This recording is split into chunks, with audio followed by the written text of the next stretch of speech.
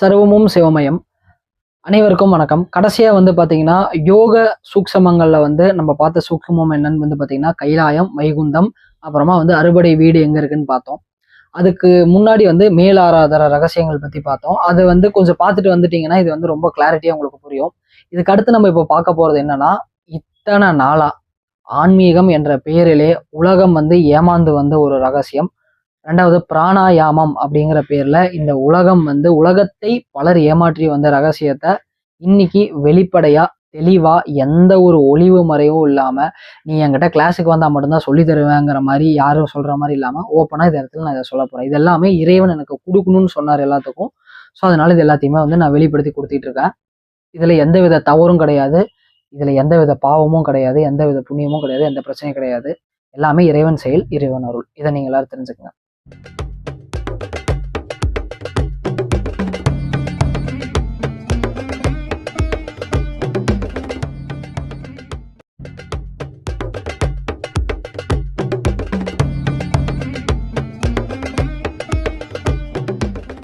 முதல்ல நீங்க தெரிஞ்சுக்க வேண்டிய விஷயம், பிராணாயாமம் என்றால் என்ன, பிராண நியமம் என்றால் என்ன அப்படின்னா, உங்களுக்குள்ள இருக்கிற மூச்சு காற்று இருக்கு இல்லைங்களா, அதை பத்தி இப்ப நம்ம பேச வரல. பிராணன் அப்படிங்கிற ஒரு விஷயம் இருக்கு நமக்குள்ள, அதுதான் காற்றுக்கான உயிர்.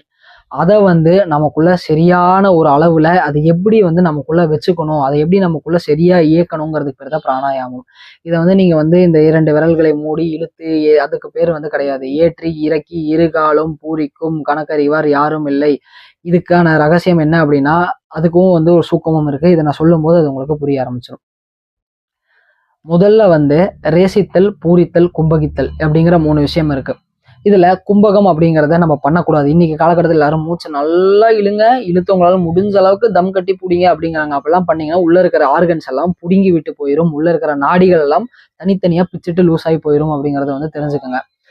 ஏன்னா அகத்தியரே என்ன சொல்லுவாருன்னா, அகத்தியர் எவ்வளவு பெரிய ஆள், அவரே என்ன சொல்லுவாருன்னா, நீ கும்பகத்தை மட்டும் அவ்வளவு சீக்கிரம் பண்ணாத, அது உனக்கு காலம் வாய்க்கும் போது ஆட்டோமேட்டிக்கா அது உனக்குள்ள நடக்கும், நடக்க விடு, நீயா செயற்கையா பண்ணாத, கேவல கும்பகம் செய்யாதே அப்படின்னு சொல்லுவாரு. கேவலம் அப்படின்னு நம்ம என்னடா கேவலமா பேசுறாங்கன்னு கிடையாது. கேவல கும்பகம்னா வெளியே நிகழ்றது. ஆனா நமக்கு இந்த மார்க்கத்துக்குள்ள போகும்போது நமக்கு தேவைப்படுறது பூரண கும்பகம் அப்படிங்கறதுதான். பூரண கும்பகம் இருந்தா மட்டும்தான் நம்மளால இப்ப கேவல கும்பகம்னா ஒரு டம்மி கார் மாதிரிங்க, சின்ன பசங்களை கொடுக்கறது. பூரண கும்பகம்னா ஒரிஜினல் கார் மாதிரி. இதுல எது வேணும்னு நீங்க முடிவு பண்ணிக்கங்க. பூரண கும்பகம் எப்ப நிகழும்னு பாத்தீங்கன்னா, முறையா உங்க உடலையும் மனதையும் கட்டி பிராணனை மேலையும் கீழையும் நீங்க நடனமாட செஞ்சீங்கன்னா அந்த நேரத்துல உங்களுக்கு அந்த கும்பகம் அப்படிங்கறது நிகழும். அதுக்கான ப்ரூஃப்ஸையும் இன்னைக்கு இந்த பாடல் வழியா நான் உங்களுக்கு கொடுக்குறேன். இன்னைக்கு இதை நீங்க தெரிஞ்சுக்கிட்டதுக்கு அப்புறம் உங்களுக்கு இந்த குழப்பமே வரக்கூடாது, யாருமே உங்களை ஏமாத்த விட்டுறாதீங்க. ரெண்டாவது விஷயம் என்னன்னா, இதுக்கப்புறம் சர்க்குரு ஸ்ரீபிரம்மா அப்படின்னு ஒரு அற்புதமான மகான் இருக்காரு, என்னோட குரு. அவரை பத்தி நிறைய பேத்துக்கு இன்னைக்கு வரைக்கும் தெரியாது, தெரியும் உடல சிலர், சரிங்களா. அந்த கதைகள் எல்லாம் மாத்தி என்னென்னமோ பண்ணிட்டாங்க. ஆனா என்னதான் கதையை மாத்தினாலும், என்னதான் இப்ப இருக்கிறவங்க நான் தான் அவருன்னு சொன்னாலும், அவரோட அந்த ஒரு தன்மையும் இன்டென்சிட்டியும் உண்மையா அவர் கூட இருக்கவங்களுக்கு, உண்மையா அவரை பத்தி தெரிஞ்சவங்களுக்கு தெரியும் யாரு என்ன ஏதுன்னு. அதை பத்தி நம்ம பெருசா இந்த இடத்துல பேச வேண்டாம், காலம் வரும்போது அதை பத்தி பேசிக்கலாம். ஆனா அவரு கொடுத்த சில யோக நுணுக்கங்கள்ல என்ன இருக்குன்னு பாத்தீங்கன்னா, சிவராஜ யோகம், தனராஜ யோகம், உட்டி ராஜயோகம், இந்த மாதிரி 5 வகையான ராஜயோகங்கள் கொடுத்துருக்காரு. அந்த 5 ராஜயோகம் எவன் ஒருத்தனுக்கு புரியுதோ அவன் ஆன்மீகத்தோட உச்சத்திலேயே போய் உட்காந்துருவாங்கிறதுல 100% சத்தியமான உண்மை. ஆனா அதை தெளிவா புரிஞ்சுக்கிற அளவுக்கான திறன் இன்னைக்கு யாருக்கிட்டையுமே இல்லை, சரிங்களா. ஏன் அப்படின்னு பாத்தீங்கன்னா, நீங்க சும்மா உட்காந்து மூக்கல மூச்சையில கீழே இறக்கு பிராணாயாமம் பண்ணு, டெய்லி இப்படி பண்ணிட்டு வானா அதுக்கு பேரு நாடி சுத்தி, நாடிகளை சுத்தம் செய்யறது. இப்ப எப்படி ஒரு கிளாஸ்ல நீங்க ஒருத்தருக்கு காஃபி கொடுக்குறீங்க கெஸ்ட்டுக்குன்னா, அந்த கிளாஸ் சுத்தமா கழுவிங்கல்ல டிஷ்வாஷர் போட்டு, அது டிஷ்வாஷர் போட்டு கழுவுனா அந்த கிளாஸ் சுத்தமாகும்ல, அதுக்குன்னு அந்த டிஷ்வாஷர்ல இருக்கிறதே கொண்டு போய் காஃபின்னு கொடுப்பீங்களா? மாட்டீங்க இல்லையா. அந்த மாதிரிதான் அந்த கிளாஸை கழுவுறதுக்கு பேருங்கிற மாதிரி நம்ம நாடிகளை சுத்தம் பண்றதுக்கு பேரு தான் நாடி சுத்தி. அதைதான் இன்னைக்கு வரைக்கும் எல்லாரும் பண்ணிட்டு இருக்கீங்க. அதனால உங்களால இறைவனை அடைய முடியுமானா முடியாது. அதுக்கடுத்து சில வேலைகள் பண்ணணும், அதுதான் இந்த ராஜயோக வகைகள். அந்த 5 ராஜயோகத்தையும் ஒன்னா சேர்த்துனதுதான் பாத்தீங்கன்னா முருகன் யோக கலை. இந்த சூக்குமங்கள் எல்லாமே இது வரைக்கும் நான் வெளிப்படையா சொன்னதில்லை, ஏன்னா எனக்கு அதுக்கான விருப்பமும் இருந்ததில்லை. இன்னைக்கு ஏன் இதை நம்ம சொல்றோம் அப்படின்னா, உலக மக்களுக்கு இது தெரியட்டும் அப்படிங்கறதுனாலதான்.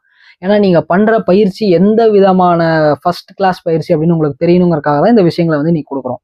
ஸோ இப்ப ரேசக பூரக கும்பகம்னா என்னன்னு நம்ம பாத்திரலாம். முதல்ல சுப்பிரமணியனோட பாடல்ல இருந்து எடுக்கிறேன்.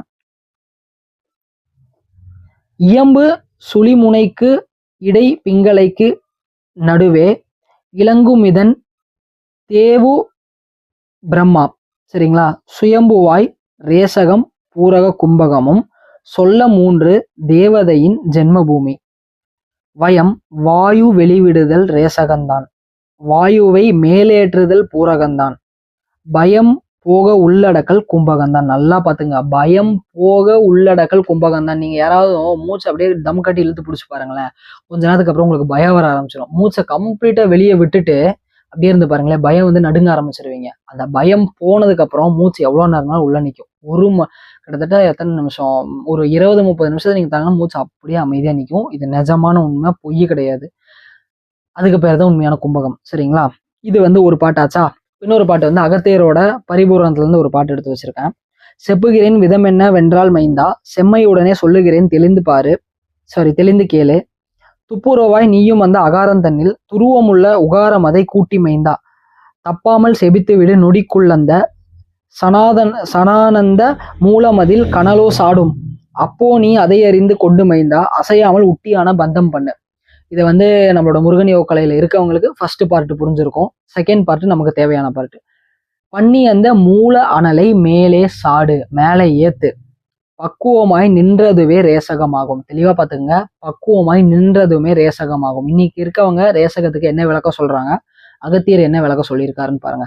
இதை நான் உங்களுக்கு எக்ஸ்பிளைன் பண்றேன். ரெண்டாவது, துண்ணி அந்த அனலோடு தீபமதில் துருவமுடன் அடங்குவது பூரகமாகும். துருவமுடன் அடங்குவது பூரகமாகும். இந்த வார்த்தையெல்லாம் தெளிவா கேட்டுக்குங்க.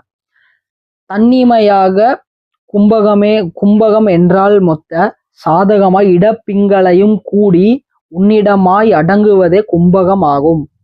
உத்த சிவயோகமது புத்தியுடன் பாரு. புரிஞ்சதுங்களா? இதுக்கு பேர் தான் வந்து ரேசக பூரம் கும்பகம். புரிஞ்சதான்னு கேட்டா நிஜமா புரிஞ்சிருக்காது. அதுக்கு விளக்கம் என்ன அப்படின்னா, நம்ம பயிற்சி பண்றவங்களுக்கு இப்ப நான் சொல்றது தெளிவா புரியும். நீங்க கீழே இருந்து சில ப்ராசஸ் பண்ணி மேலே ஏத்துறீங்க இல்லையா, ஒரு ஆதாரத்துக்கும், அதுக்கு பேரு தான் உங்களுக்கு அந்த ஹீட், அந்த கனலை ஃபர்ஸ்ட் உற்பத்தி பண்றோம் நம்ம முருகன் யோக கலையில. ஸ்டெப் 1 அதை உற்பத்தி பண்ணி, ரெண்டாவது என்ன பண்றோம்னா வந்து அதை மேலே ஏத்துறோம். அந்த ஹீட்டை மேலே ஏத்துறதுக்கு பேர் தான் ரேசகம். ஓகேங்களா? அதை மேலே ஏத்தி அதை வந்து ஒரு இடத்துக்குள்ள செலுத்துறோம் இல்லையா, நம்ம உட்செலுத்துதல், அதுக்கு பேர் தான் வந்து என்னன்னு பாத்தீங்கன்னா பூரகம் அப்படிங்கிறது. அந்த சூட உள்வாங்குறோம், அதுக்கு பேர் தான் இன்ஹேல். இன்ஹேல்னு என்ன, உள்ள இழுக்கிறீங்களா, எக்ஸேல்னா வெளியே விடுறீங்களா. இந்த இடத்துல ரேசகம் அப்படின்னா எக்ஸேல். என்ன எக்ஸேல்? அந்த அனலை நீங்க வெளியே தள்ளுறீங்க, அதுக்கு பேர் எக்ஸேல். வெளியேனா உங்க மூக்குக்கு வெளியில, உடம்புக்குள்ள கீழே இருந்து மேலே தள்ளுறீங்களா ஃபர்ஸ்ட், அதுக்கு பேர் தான் ரேசகம். ரெண்டாவது, அந்த வெளியே தள்ளின அந்த ஹீட்டை ஒரு இடத்துக்குள்ள செலுத்துறீங்களா, அதுக்கு பேர் தான் வந்து என்னதுன்னா வந்து பூரகம். அந்த செலுத்தின ஹீட்டை அந்த இடத்துல இப்படி குடிச்சு தக்க வைக்கிறேன் பாத்தீங்களா, ஒரு சில ப்ராசஸ் வச்சு, அதுக்கு பேர் தான் கும்பகம். இப்ப புரியுதுங்களா? ரேசகம், பூரகம், கும்பகம்னா என்னன்னு. இத தெரியாம நான் சொல்றேன்னு தப்பா நினைச்சுக்க வேண்டாம். இதை வந்து தெரிஞ்சவங்க சொல்லல அப்படின்னா வந்து பிரச்சனை தான் ஆகும். இதை தெரியாம நீங்க வந்து யூடியூப்லயோ இன்ஸ்டாகிராம்லயோ வாங்க நான் மெடிடேஷன் சொல்லித்தரேன், ஃப்ரீ மெடிடேஷன் கிளாஸ், இல்லை வந்து 100 rupees மெடிடேஷன் கிளாஸ்ன்னு நீங்க போடுறீங்க, நல்லதுதான் பண்றீங்க, தப்பு இல்லை. ஆனா இவங்க சொல்ற விதம் எப்படி இருக்கு, நீங்க மாடர்ன் ஸ்பிரிச்சுவாலிட்டியை பார்த்தோ இல்லை இன்னைக்கு இருக்கிற 2 வருஷம் 3 வருஷம் ப்ராக்டிஸ் பண்ணிட்டு கத்துட்டு வந்து நீங்களும் பண்ணுங்கன்னு சொல்றாங்களே, அவங்க சொல்லித்தர விதமும் எப்படி இருக்குன்னு கொஞ்சம் கோவப்படாம நீங்களே சிந்திச்சு பாருங்க. இது வந்து சிந்திக்க வேண்டிய இடம் இந்த இடத்துல. மூச்சை நீங்க வலதுல இழுத்து இடத்துல விடுங்க, இடத்துல இழுத்து வலதுல விடுங்க, உள்ள தம் கட்டி நிப்பாட்டுங்க, என்ன ஆகுறது உடம்பு? மனம் கலங்கி போகும், சித்தம் கலங்கி போகும்ங்கிறது தெரிஞ்சுக்குங்க. இதை யாராவதும் மெடிடேஷன் சொல்லித்தரேன்னு இருக்கவங்க பார்த்துட்டு இருக்காங்க, இல்லைன்னா தயவு செய்து இந்த மாதிரி யாராவது பண்ணிட்டு இருக்காங்கன்னா அந்த வீடியோ முதல்ல அவங்களுக்கு அனுப்புங்க. இது எல்லாமே குறைஞ்சபட்சம் ஒரு 8-9 வருஷம் ஆன்மீகத்துக்குள்ள வந்து, இல்லை ஆன்மீகத்துக்குள்ள நீங்க தவ பயிற்சிகளை மேற்கொள்ள ஆரம்பிச்சு 8-9 வருஷமாயி சித்தர் புக்குகள்ல நீங்க அவரோட பாடல்கள்ல நீங்க கை வச்சீங்கன்னா அது உங்களுக்கு புரியணுங்க. சரிங்களா? அதை புரிஞ்சு தெரிஞ்சு நீங்க இந்த விஷயத்த வெளிப்படையா சொல்ல ஆரம்பிச்சீங்கன்னா மிகப்பெரிய சந்தோஷம், மிகப்பெரிய நல்ல விஷயம்.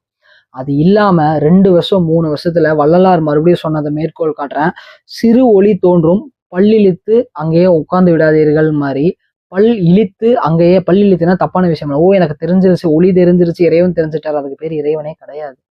அது வந்து வெறும் பிந்து ஒளி, அவ்வளவுதான். ரொம்ப சிம்பிளா சொல்லணும்னா அது விந்து காட்டுற ஒரு ஒளி. அதை பார்த்துட்டு நீங்க உட்காந்துட்டீங்க அப்படின்னா மிகப்பெரிய அபாயத்துல போய் சிக்கிப்பீங்க. உங்க வளர்ச்சியும் தடைப்படும், உங்க கூட இருக்கவங்க வளர்ச்சியும் தடைப்படும். ஏன்னா மக்கள் என்ன பண்ணுவாங்கன்னா, எங்க வந்து ஒருத்தர் வந்து எதுவுமே இல்லாம ஃப்ரீயா சொல்லி தரேன்னாலும் சரி, இல்ல வந்து ஈஸியா இருக்குன்னாலும் ஓடிருவாங்க. ஆனா ஆன்மீகம் அப்படிங்கிறது ஈஸியா கிடைக்கிறது கிடையாது. பலவிதமான சோதனைகளுக்கு உட்படுத்தி உடல், மனம், உயிர்ன்னு 3யும் போட்டு உருக்கி எடுத்ததுக்கு அப்புறம் தான் ரகசியங்கள வந்து வெளிய குடுப்போம். நான் அப்படிதான் அத குடுத்துட்டு இருக்கேன். இந்த மாரி யாராவது குடுக்குறாங்கன்னா, அவங்களுக்கு ரொம்ப பெரிய நன்றி. இல்ல சும்மா கண்ண மூடுங்க, மூச்ச கவனிங்க, உட்காருங்க அப்படின்னா, அதுக்கு பேரு தியானம் கிடையாது. சித்தர்கள் வழி கிடையாது. அதுக்கு பேரு வெறும் மனதை அமைதிப்படுத்துதல் மட்டும் தான். ஆசுவாசப்படுத்துதல், அமைதிப்படுத்துதல் கூட கிடையாது. மனதை ஆசுவாசப்படுத்தும் முறைங்கிறத தெரிஞ்சுக்கங்க. 2வது எந்நேரமும் கண்ண இப்படியே புருவ மத்தியிலேயே வச்சுட்டுருங்க அப்படின்னு சொன்னாங்கனாலும், அதுக்கு பேரும் முறையான பயிற்சி கிடையாது. அதுக்கு பேரு வெறும் சாம்பவி முத்திரை. அவ்வளவுதான். It's just a Mudra which you are doing with your hands. Here you are doing with your eyes. அவ்வளவுதான், முடிஞ்சு போச்சு. அதை தாண்டி வேற எதுவுமே கிடையாது. அதெல்லாமே வந்து யோக பயிற்சிங்கிற லிஸ்ட்ல தயவு செய்து சேர்க்காதீங்க. என்னைக்குமே இத்தனை புக்லயும் சித்தர்கள் எதுலயுமே வந்து சாம்பவி முதிரை வந்து அவ்வளோ இதெல்லாம் பேசியிருக்க மாட்டாங்க. இதை பண்ணா யோகம் கண்டு கண்டு தேறிடலான்னு. அவங்க சொல்றதுங்கிறது வேற ஒரு விஷயம். அவங்க சொல்லும் அந்த கண்களை வந்து ஒன்று சேர்க்கணுங்கிறது வேற 2 கண்கள். அதை சேர்க்கும் போது உங்களுக்கு விளக்கம் புரிய ஆரம்பிக்கும். இன்னைக்கு இந்த விஷயத்த நான் ரொம்ப வெளிப்படையா, தெளிவா, பகிரங்கமா, ஓப்பனா சொல்லியிருக்கேன். இதுக்கும் என்ன பல ஹேட்ரட்ஸ் வரலாம். இதுக்கும் பல பேர் எனக்கு கூப்பிட்டு கூட மிரட்டலாம். அதெல்லாம் பண்றாங்க. ஆனா ஜாலியா தான் இருக்காது ஒரு பக்கம். ஏன்னா எங்களுக்கு பயம் இல்லைங்கிறதுனால. பண்ணுனாலும் பரவாயில்ல. இனி அடுத்து இன்னும் சிறப்பா சில ரகசியங்கள் இருக்கு. அடுத்து என்ன பேச போறேங்கிறது இந்த இடத்துல நான் லீடு கொடுத்துட்றேன். என்னன்னா, இன்னைக்கு காலகட்டத்துல அன்னதானம் பண்ணுங்க, அன்னதானம் பண்ணுங்கன்னு சொல்றாங்க. நம்ம மகாரம்லயும் வந்து நிறைய பேத்துக்கு வந்து இவங்க வந்து நிறைய விஷயங்கள் நான் கொடுக்க சொல்லியிருக்கேன். ஆனா இந்த புளி சாப்பாடு, தயிர் சாப்பாடு இதெல்லாம் கிடையாது. ஃப்ரூட்ஸ் கொடுங்க அப்படின்னு சொல்லியிருக்கேன். இல்ல அவங்களுக்கு தேவைப்படுற ஹெல்த் மிக்ஸ் இந்த மாதிரி விஷயங்களை கொடுங்க. இல்ல காய்ச்சி நீங்க கொண்டு போய் கொடுங்கன்னு தான் சொல்லியிருக்கேனே தவிர, என்கிட்ட நீங்க வந்து காசு கொடுத்தீங்கன்னா நான் வந்து எல்லாத்துக்கும் சோறு போடுவேன். என்கிட்ட நீங்க காசு கொடுத்தீங்கன்னா ஏழைகளுக்கு உதவி பண்ணுவேன். நான் என்னைக்குமே சொன்னது கிடையாது. சொல்லவும் மாட்டேன். அது என்னோட நெறிக்கு அது தவறான நெறி.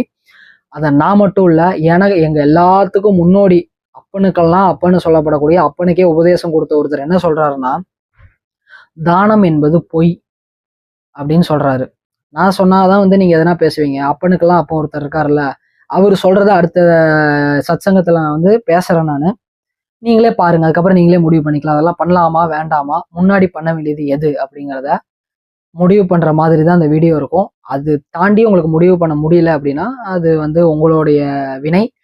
சர்வமும் சிவமயம். வணக்கம் மகாரம் ஃபேமிலி. என்னுடைய பெயர் நவமணி. நான் முருகன் யோகக்கலை 21 நாள் பயிற்சி வகுப்பில் சேர்ந்து இந்த பயிற்சிகளை செய்ய ஆரம்பித்தேன். எனக்கு ரொம்ப நாளாக தைராய்டு ப்ராப்ளத்தினால கழுத்தில் கட்டியெல்லாம் இருந்தது. 21 நாள் பயிற்சி வகுப்பு முடிகிறதுக்குள்ள அந்த ப்ராப்ளம் சரியாயிடுச்சு. அதுக்கப்புறம் நம்ம யார், இறைவனை யார், ஆன்மான என்ன, நம்ம இந்த உலகத்தில் வாழும் காலத்தில் உடல் ஆரோக்கியத்தோடையும் மன நிம்மதியோடையும் வாழ்கிறது எப்படி, இது போன்ற பல விஷயங்களை எனக்கு புரிய வச்ச விஷ்ணு பிரதருக்கும், பயிற்சி வகுப்புகளில் எங்களை வழிநடத்திய அட்மின் பிரதருக்கும் என்னுடைய ஆத்மார்த்தமான நன்றிகள். சர்வமும் சிவம்.